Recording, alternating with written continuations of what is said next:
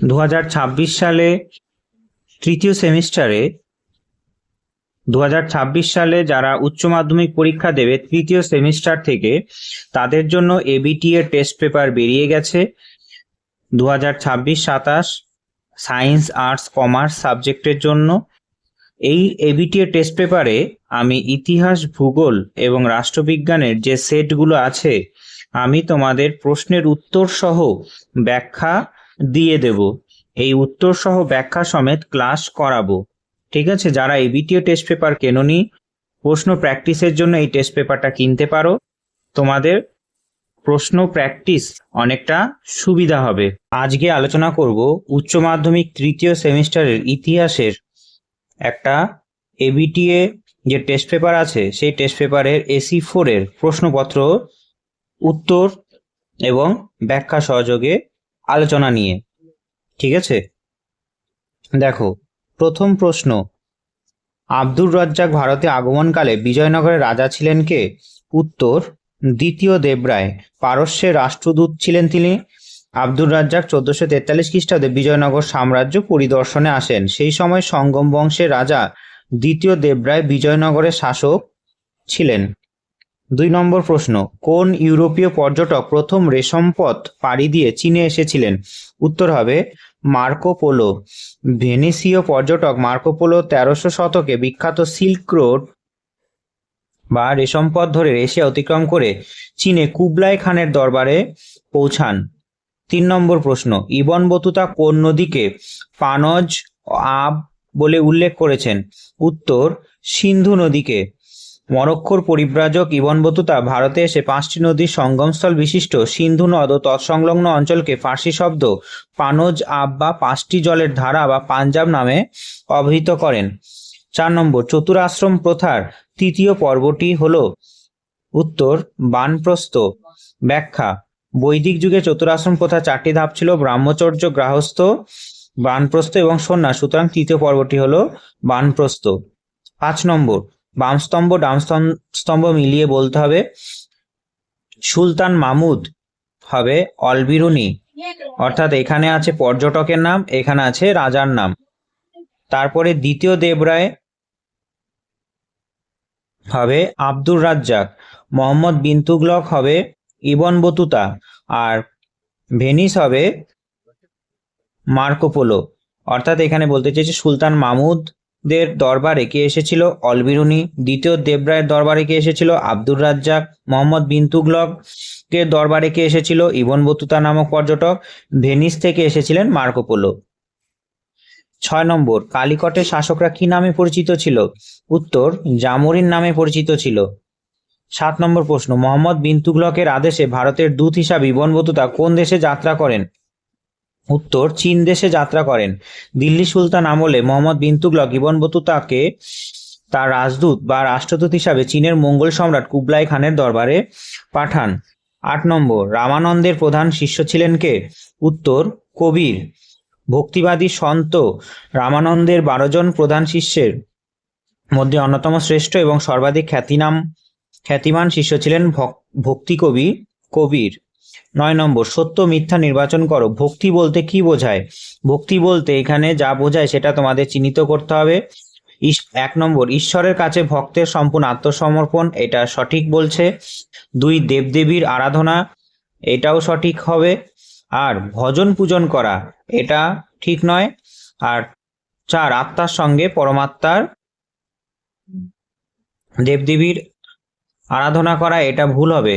ঠিক আছে, ভজন পূজন করা এটাও ভুল হবে। আত্মার সঙ্গে পরমাত্মার মিলন, এটা ঠিক হবে। অর্থাৎ অপশন এ 1 এবং 4 সঠিক, 2, 3 ভুল। ভক্তিবাদে বাহ্যিক দেবদেবীর মূর্তি পূজা বা আনুষ্ঠানিক ভজন পূজনের বিরোধী ছিল। ভক্তিবাদী আন্দোলনের মূল ভিত্তি ছিল ঈশ্বরের প্রতি নিবেদিত আত্মসমর্পণ এবং আত্মার সাথে পরমাত্মার লীন হওয়া বা মিলন। 10 নম্বর, মুরিদ কথাটির অর্থ কি? উত্তর, শিষ্য। সুফিবাদে গুরুকে বলা হতো মুরিদ বা মুর্শিদ এবং তার অনুগামী বা শিষ্যকে বলা হতো মুরিদ। 11 নম্বর প্রশ্ন, মধ্যযুগীয় ভারতে ধর্মীয় সমন্বয়ের ফলে আবির্ভাব ঘটেছিল কি? সত্যপীরের। মধ্যযুগীয় বাংলায় হিন্দু মুসলিম লোক সংস্কৃতির মেলবন্ধনে সত্যপীর বা হিন্দুর সত্যনারায়ণ ও মুসলিমের পীর সংস্কৃতির মিশ্রণের উদ্ভব ঘটেছিল। 12 নম্বর প্রশ্ন, তরিফত কথাটির অর্থ কি? উত্তর, মার্গ। সুফি পরিভাষায় তরিকত বা তরিফত শব্দটির অর্থ হলো সাধনার পথ, মাধ্যম বা আধ্যাত্মিক মার্গ। 13, বংশগুলিকে কালানুক্রমে সাজাও। বিজয়নগর সাম্রাজ্যের রাজবংশ এইগুলো। উত্তর হবে, প্রথমে ছিল সঙ্গম বংশ, তারপর হবে শালুক বংশ, তারপর হবে তুলুক বংশ, তারপর হবে আরবিডু বংশ। ঠিক আছে, এখানে ব্যাখ্যা দেওয়া আছে।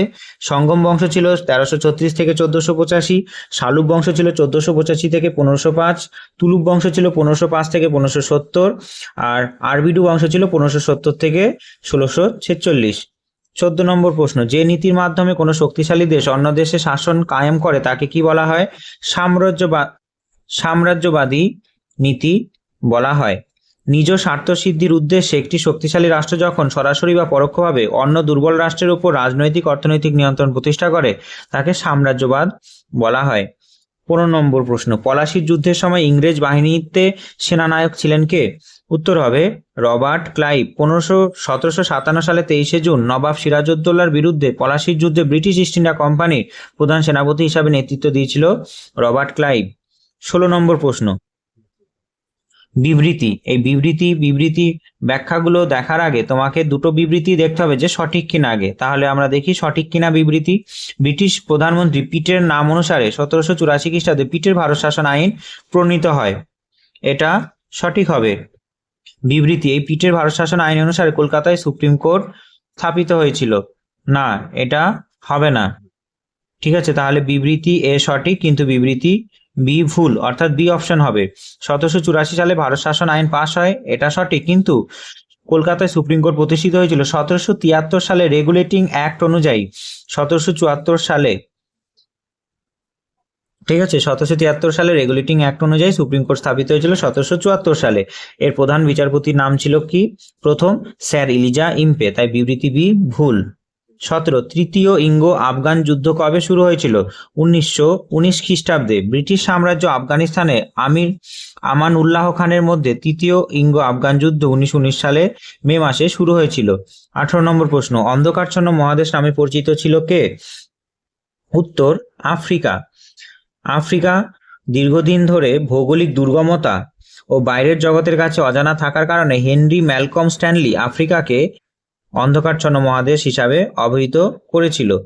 19 নম্বর প্রশ্ন, স্বাধীন মারাঠা রাজ্য প্রতিষ্ঠা করেছিলেন কে?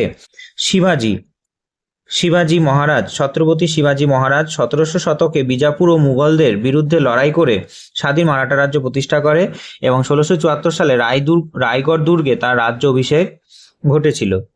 20 নম্বর প্রশ্ন, অধীনতামূলক মিত্রতা নীতি প্রবর্তন করেছিলেন কে? উত্তর হবে ওয়েলেসলি। ভারতে ব্রিটিশ সাম্রাজ্যের প্রসার ঘটাতে 1798 সালে গভর্নর জেনারেল লর্ড ওয়েলেসলি এই নীতি চালু করেন, যা প্রথম স্বাক্ষর করেন হায়দ্রাবাদের নিজাম। 21 নম্বর প্রশ্ন, শিমোনোসেকির সন্ধি স্বাক্ষরিত হয়েছিল কত সালে? উত্তর হবে 1895 সালে এই সন্ধি স্বাক্ষর হয়েছিল। প্রথম চীন জাপান যুদ্ধের 1894 থেকে 95 অবসান ঘটিয়ে 1895 সালের 17 এপ্রিল চীন ও জাপানের মধ্যে বিখ্যাত শিমোনোসেকি সন্ধি স্বাক্ষরিত হয়েছিল। 22, মুক্তদার নীতি ঘোষণা করেন কে? উত্তর হবে জন হে। 1899 সালে আমেরিকার পররাষ্ট্র সচিব জন হে চীনের সম বাণিজ্যিক অধিকার প্রতিষ্ঠার উদ্দেশ্যে ওপেন ডোর পলিসি বা মুক্তদার নীতি ঘোষণা করেছিলেন। 23 নম্বর প্রশ্ন, তালিকোটরের যুদ্ধ হয়েছিল কত সালে? 1565 সালে। 1565 সালে 26 জানুয়ারি বিজয়নগর সাম্রাজ্য দাক্ষিণাত্য সুলতানের জোটের অর্থাৎ বাহমনি সাম্রাজ্যের বিজাপুর, গোলকুন্ডা, আহমেদনগর ও বিদরের মধ্যে তালিকোটরের ঐতিহাসিক যুদ্ধ সংঘটিত হয়েছিল। দাক্ষিণাত্য সুলতান এখানে বাহমনি সাম্রাজ্য।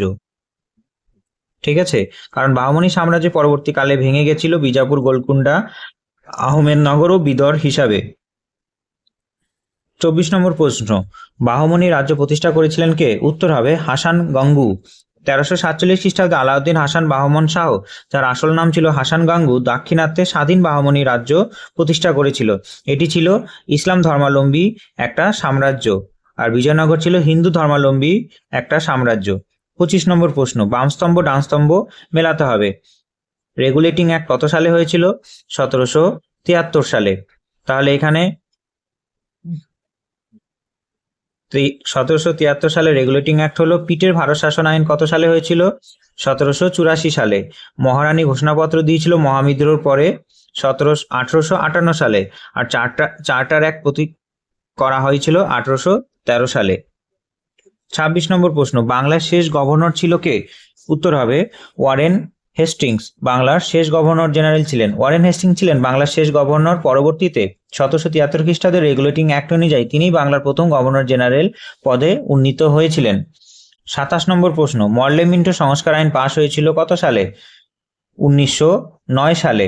ইন্ডিয়ান কাউন্সিল অ্যাক্ট বা মর্লে মিন্টো সংস্কার আইন পাশ হয়েছিল 1909 খ্রিস্টাব্দে। মর্লে এবং মিন্টো দুজন ব্যক্তি করেছিল বলে এর নাম হয়েছিল মর্লে মিন্টো সংস্কার আইন। খাটুয়া বা কাটোয়া অবস্থিত কোথায়? উত্তর হবে বর্ধমান জেলায়, অর্থাৎ পূর্ব বর্ধমান জেলায়। কাটোয়া ঐতিহাসিক ভৌগোলিক অঞ্চলটি বর্তমানে পশ্চিমবঙ্গ রাজ্যের পূর্ব বর্ধমান জেলার অন্তর্ভুক্ত।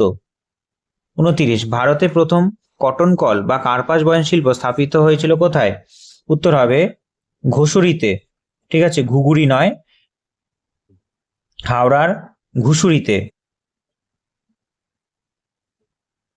হাওড়ার ঘুষুরিতে ভারতের কটন কল বা কার্পাস বয়ন কল স্থাপিত হয়েছিল 1818 সালে। ভারতের প্রথম সুতির কল বা কটন মিল গড়ে উঠেছিল। 30, প্রথম ভারতীয় আইসিএস কে ছিলেন? উত্তর হবে সত্যেন্দ্রনাথ ঠাকুর। রবীন্দ্রনাথ ঠাকুরের জ্যেষ্ঠ ভ্রাতা সত্যেন্দ্রনাথ ঠাকুর 1863 সালে প্রথম ভারতীয় হিসাবে ইন্ডিয়ান সিভিল সার্ভিস পরীক্ষায়। 31 নম্বর প্রশ্ন, নিচের প্রদত্ত তথ্য অনুযায়ী ব্যক্তিকে চিহ্নিতকরণ করো। এখানে জিজ্ঞাসা চিহ্ন আছে, অর্থাৎ এই কটা বৈশিষ্ট্য কোন সম্রাটের সঙ্গে মিলবে সেটা তোমাকে বুঝতে হবে। নিজামুল মুলক, চিনকিলিজ খান, আসফ খাঁ, হায়দ্রাবাদের প্রথম নিজাম। ঠিক আছে, অপশনগুলো আমার প্রিন্টিং করা হয়নি। অপশনগুলো হলো মীর সৈয়দ মুহাম্মদ খান সিদ্দিকী, মীর আহমেদ আলী খান, মীর কামারউদ্দিন খান সিদ্দিকী আর মুজফ্ফর জং হিদায়েত। তাহলে এখানে হবে মীর কামারউদ্দিন খান সিদ্দিকী বা আসফ জাহ। ঠিক আছে, আসফ ঝা, তিনি চিনকিলিজ খান বা আসফ জাহ বলা হতো। 1724 সালে হায়দ্রাবাদে প্রথম স্বাধীন রাজ্য প্রতিষ্ঠা তিনিই করেছিলেন, আর তিনি উপাধি নিয়েছিলেন নিজামুল মুলক। 32, মায়ানমারের পূর্ব নাম কি ছিল? মায়ানমারের পূর্ব নাম ছিল বর্মা বা বার্মা। দক্ষিণ পূর্ব এশিয়ার দেশ মায়ানমার আগে বার্মা বা বর্মা নামে পরিচিত ছিল। 1989 সালে এর নাম বদলে রাখা হয় মায়ানমার। 33, নিউ ইকোনমিক পলিসির প্রবক্তা কে ছিলেন? উত্তর লেনিন। রাশিয়ায় 1921 সালে গৃহযুদ্ধের পরবর্তীতে অর্থনৈতিক সংকট মোকাবিলার জন্য ভ্লাদিমির ইলিচ লেনিন নতুন অর্থনৈতিক নীতি চালু করেছিল। 34, বিজয়নগর সাম্রাজ্যের স্বর্ণমুদ্রা কি নামে পরিচিত ছিল? উত্তর হবে প্যাগোডা। বিজয়নগর সাম্রাজ্যে প্রচলিত সোনার মুদ্রাকে স্থানীয়ভাবে বলা হতো বরাহ এবং ইউরোপীয় বণিকরা বলতো একে প্যাগোডা। 35, নিদান ই আসর খাতের প্রতিষ্ঠাতা কে ছিলেন? উত্তর হবে মামুদ গাওয়ান। বাহমনি সাম্রাজ্যের বিখ্যাত প্রধানমন্ত্রী মামুদ গাওয়ান শিক্ষা ও প্রশাসনিক সংস্কারের অংশ হিসাবে বিদরে একটি বিখ্যাত মাদ্রাসা ও গবেষণা প্রতিষ্ঠা করেছিলেন। 36, সুপ্রিম কোর্টের প্রথম প্রধান বিচারপতির নাম কি ছিল? স্যার ইলিজা হেম্পে। 1774 সালে কলকাতায় প্রতিষ্ঠিত সুপ্রিম কোর্টের প্রথম প্রধান বিচারপতি নিযুক্ত হয়েছিলেন স্যার ইলিজা হেম্পে। 37, আধুনিক পুলিশ ব্যবস্থার জনক ছিলেন কে? উত্তর হবে লর্ড কর্নওয়ালিস। ভারতের সঠিক আইন শৃঙ্খলা রক্ষায় লর্ড কর্নওয়ালিস 1791 সালে জেলায় জেলায় থানা প্রতিষ্ঠা ও দারোগা পদ সৃষ্টি করে পেশাদারি পুলিশ ব্যবস্থার। এরপরে 38 নম্বর প্রশ্ন, চিস্তি সাধকদের ভক্তি সঙ্গীত কি ছিল? উত্তর হবে সমা, অপশন সি। 39 প্রশ্ন, poverty and unbeautiful in India গ্রন্থটি রচনা করেছিলেন কে? দাদাভাই নওরোজি। ভারতের পিতামহ দাদাভাই নওরোজি এই গ্রন্থে ভারতের ব্রিটিশদের অর্থনৈতিক শোষণ ও সম্পদের নির্গমন তত্ত্বে বিশদভাবে ব্যাখ্যা করেছিলেন। 40, রাষ্ট্র সংক্রান্ত চিন্তাভাবনার জনক কাকে বলা হয়? উত্তর হবে টমাস মনরোকে রাষ্ট্র সংক্রান্ত চিন্তাভাবনার জনক বলা হয়। তার কারণ ভারতে ঔপনিবেশিক ভূমি রাজস্ব রাষ্ট্রীয় ব্যবস্থার ক্ষেত্রে টমাস মনরো রায়তোয়ারি ভূমিনীতি সংক্রান্ত চিন্তাধারার অত্যন্ত প্রভাবশালী ছিলেন। তাহলে হয়ে গেল 40টা প্রশ্ন, উত্তর সহ ব্যাখ্যা। দেখা হচ্ছে পরের সেট নিয়ে, ততক্ষণ ভালো থেকো। জয় হিন্দ, জয় ভারত।